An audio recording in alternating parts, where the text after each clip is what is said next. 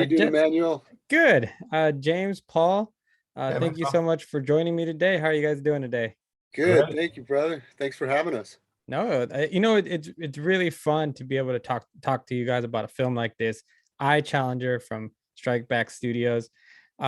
Just a really good time, and I think well, before we get into it a little bit more, some of the things I really liked and wanted to conversate about. Paul, you want to tell us a little bit about it?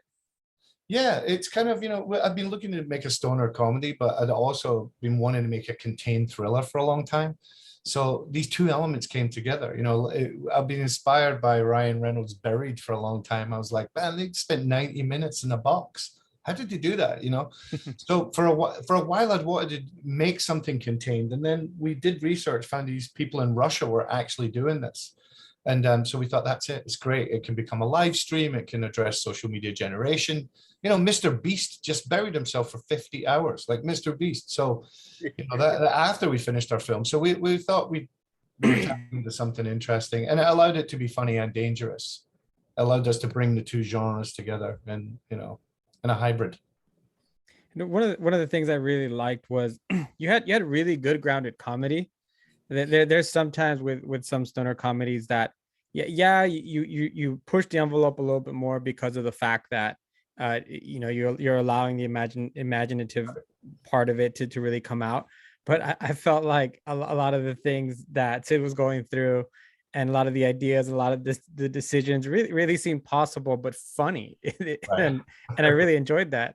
That's cool. Thank you. I mean, we tried to make it funny situationally without jokes, right? So a lot of that had to come from Sid's performance. And look, James is such a talented actor, and he brought sensitivity to it, which I think is what made it funny too, because Sid is this kind of little ball of feelings, and you get to care about him. And then as you care about him, he gets thrown into turmoil, so you're right there with him. But it's a testament to James, because he had to not smile and be sad and forlorn and but funny. So that was a challenge, but he's a talented actor, man, and he just took it in his stride. It was amazing to watch him do it. I appreciate it, Paul. I mean, you wrote an amazing script, and it's just the perfect, amount of tragedy and comedy, smashed together, which is I think something that we all can identify with, the tragic comedy of our lives daily from time to time. If you're healthy enough to see it that way, you can laugh at it. It doesn't have to be this sort of, I think, necessarily chaotic thing, as when we first meet Sid, where you're just so tortured and everything's so hard. And it's just, life doesn't always have to be that way. And whether you're in control of it or not, I think, sometimes it smacks you in the face to remind you just how funny some of these tragic things are. Not to laugh at all tragedy, but I think that's one of the key things that Shakespeare had always tapped into. Dare I compare our movie to Shakespeare?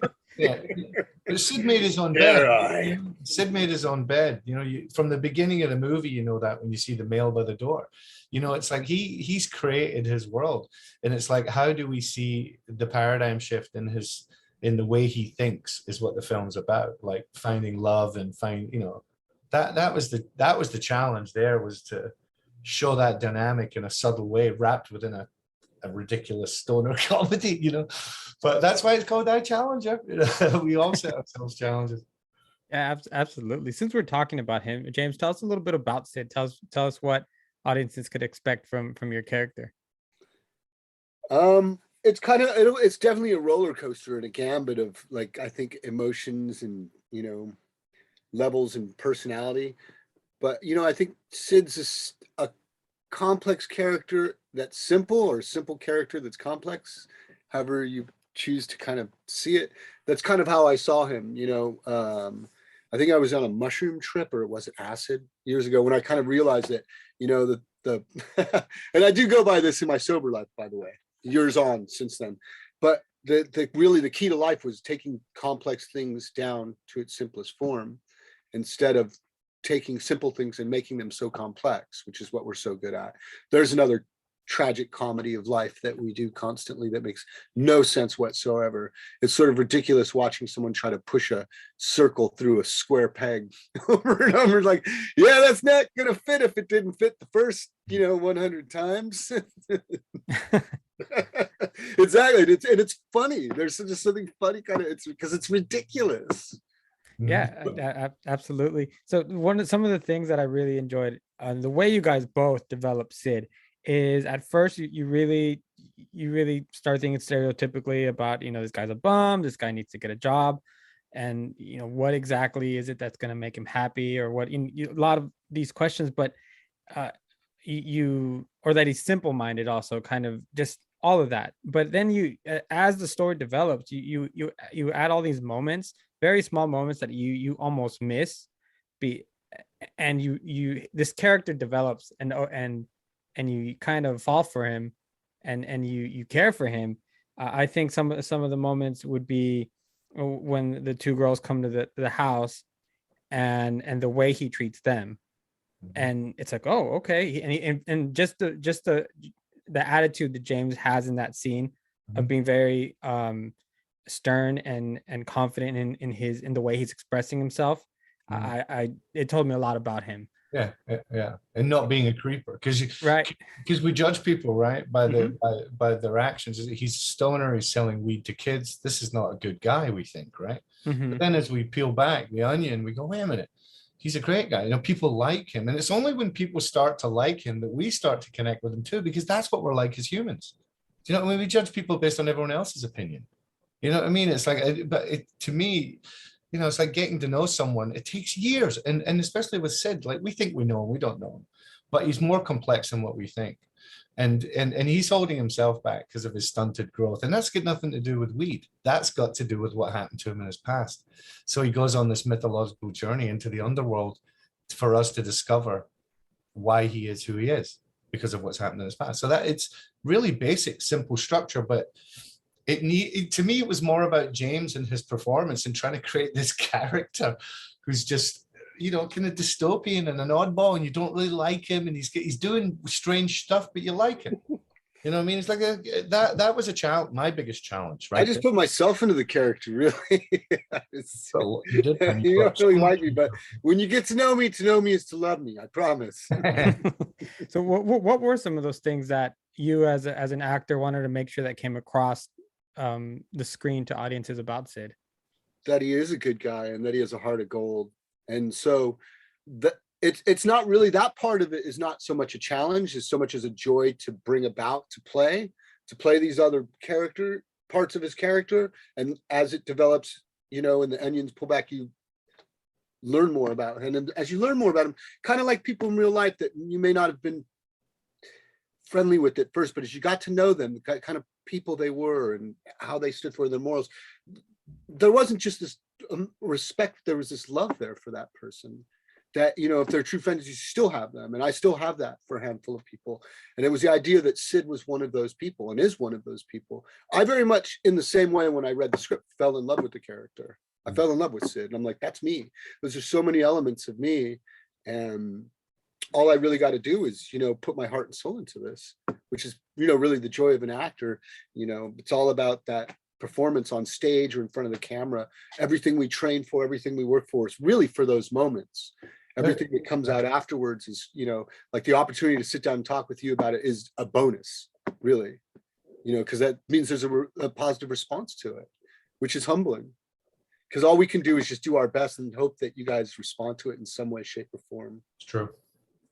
Yeah, and to me it's a joy because I get to watch it and then pick your brains on how you guys created that. It's such a privilege, I guess. Also definitely on my end, I really appreciate it. Well, Paul let me move into set pretty much. Oh wow! You went full method, man. He went full method day one because I'm going to stay here, and he was on set before anyone every day. I mean, he was in character. He never got out of character for the 12 days of the shoot. I mean, we were lucky. You never get that. Actors usually like 5 o'clock, I'm out of here. I went to another movie shortly afterwards, and it worked really well because I was so used to not smiling that I didn't smile. That movie's the end of the world, so it was good that I wasn't smiling. Paul, how long did you keep James tied up for in that bed? Oh, you know what? That was a good few hours, but they were all easily, you could easily, it was all. Yeah.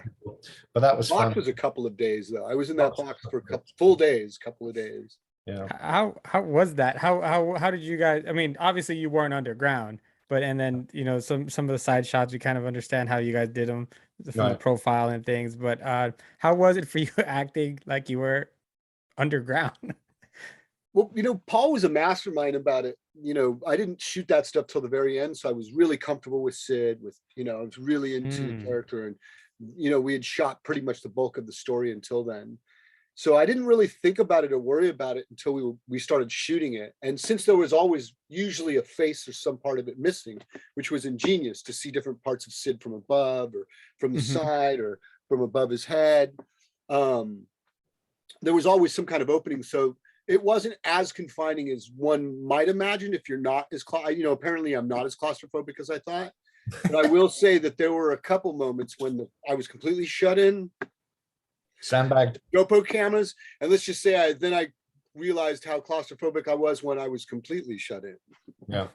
So having that one wall off makes a huge difference. You know what's so funny too, Jimmy? When I wrote it, I never thought, oh yeah, for half an hour he's going to be acting on his back. You mentioned that before in interviews. No, I never even thought about that. Oh my gosh, my whole rehearsal, yeah. Believe it or not, it's disorienting to act from your back. It's disorienting. So my rehearsal, because as you know, Sid's in so much of the movie, and it's so much it's so dialogue heavy that all the dialogue I rehearsed, when I got to the stuff in the box, I rehearsed that lying on the ground, under my bed or under a table. So I had this disorienting thing in front of me. I couldn't look at stuff around the room anymore. There's nothing to focus on. And because I'm on my back, my perceptions changed a bit too, my prior perception.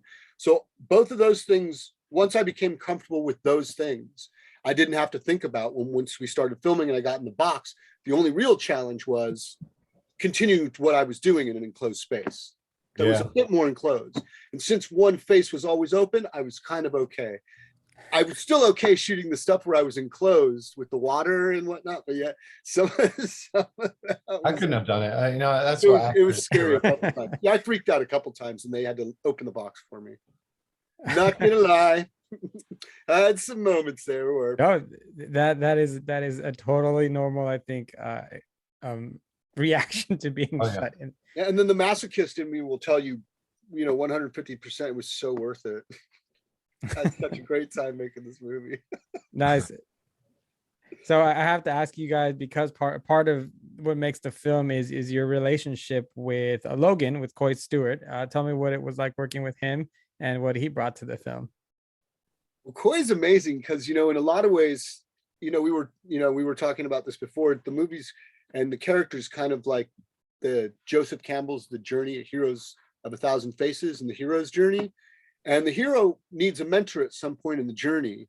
And so I always kind of looked at Coy, and he is kind of like that as a young actor in the business too, who's grown up, and because he's pro through and through. So he was kind of like the young Obi-Wan. Honestly. And he's kind of that in the movie, if you think about it too. If Sid was Luke, Coy is Obi-Wan, except Obi-Wan, let's just say that it doesn't end in the way it ends for Obi-Wan in Star Wars like that. Much more positive for this. Well, it's a good turn of fortune for Coy in this. He was great. It just needed, he was playing the straight man too, right? So the straight man's often the one that is the lever for the comedy. You know what I mean? Because he reflects and responds to He's such a good actor too. And I thought he was great. You guys really, because it's a buddy comedy, right? So you two guys become friends. I love that one line where he goes, "I don't need a friend in real life." Yeah. That's one of my favorite lines in the movie, because you're gonna tell me that next time you come before you can't just come over. I'm like, you always invite me over. Yeah. You know what I mean? You're in a box, but we're all in boxes, right? I mean, even in the film, you see everyone in boxes at one point with all the live stream. Do you know what I mean? It kind of, the box is a big metaphor in this movie for your head. You know what I mean? And that is, his apartment looks like a box, but it's really his head and the way he thinks and what's going on inside there that affects everything on the exterior. And I really got to say, the character and Coy himself, like, there's no way that I could have played Sid without him. There's just no way. Playing off him like that, he brought so much to the character and made me feel so comfortable the way Sid felt comfortable, like I was protected. And that's such an important element, regardless of I think whatever's happening on the outside forces on the set. So it may sound strange, but yeah, he was always kind of like, I felt kind of protective of me, which was kind of an honor, because some actors don't, go that far, I don't think. The entire filming process, working on lines, passing the joints at the same time. You get to this point, it was the same with Paul, where you get to this point where the people we're working with, it almost becomes like ESP, that sixth sense, where you just look at each other and you don't have to say anything anymore. It's just communication with a look instead of with a phrase. And that's a rare thing to have as well, especially when you're performing. And it's a joy, because when you're both in that moment, there's nothing better than that. There really isn't. Yeah, it sounds like you guys had a lot of fun on set. Yeah, definitely. James, I'll take Paul. another one of those CBD joints, please. James, Paul, thank you so much for your time today. I really appreciate it. It's a really fun film, and if I'm not mistaken, it's going to be available digital and TVOD January 11th. That's right, January 11th. Very good. I hope everyone checks it out. Thank you Thanks, both. Emmanuel. Thank you, everybody. Appreciate it, Emmanuel. All right, have a good one.